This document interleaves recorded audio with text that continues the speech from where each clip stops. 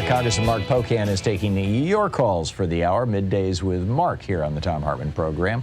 And Paul in Woodinville, Washington. Paul, you're on the air with Congressman Pocan.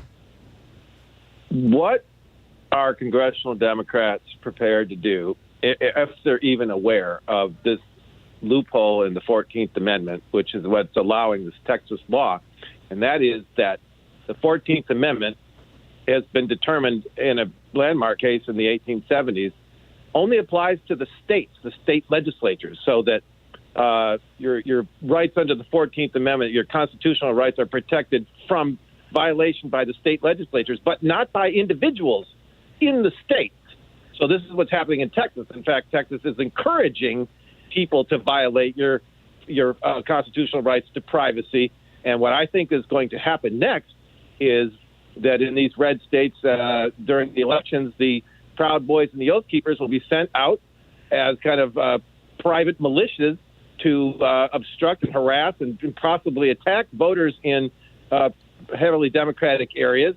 And this will not be a violation of the 14th Amendment. And even the For the People Act won't protect them because, again, this is all would be protected by the 14th Amendment. And the loophole is that it only applies to the states. It doesn't apply to individuals in the states. It's up to states to prosecute those people.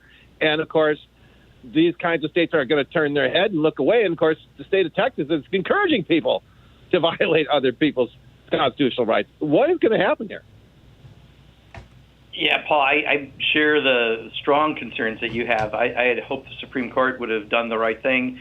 They didn't, de facto allowing Texas to have an abortion ban against what I think is Roe versus Wade in this country. And to further to your point, many of these protests we've seen at school board meetings have been organized by groups like the Proud Boys and others. And, there's some real concern I think we have out there, whether it be specifically to your concerns around the 14th Amendment or in general. Madison Cawthorn, who I like to call, Baby Q, maybe is his term, since I have Marjorie Taylor Greene is Q1 and Ms. Boebert is Q2.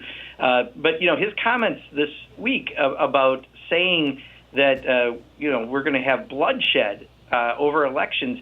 I mean, this is some real extreme language that Donald Trump has opened up. And you, unfortunately, have people like Kevin McCarthy who are way too weak as leaders to actually stand up to their members and make them, have a responsible attitude towards their job. So we've got to do everything we can to make sure that we don't have this happen.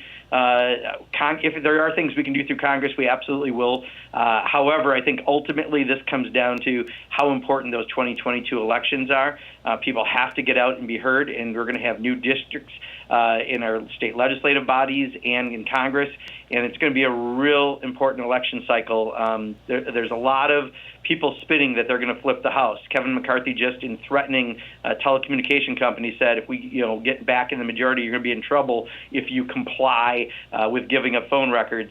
This is their attitude. It's thuggish. It's Trumpish, and now they're all trying to out-Trump each other. We've got some real issues to deal with.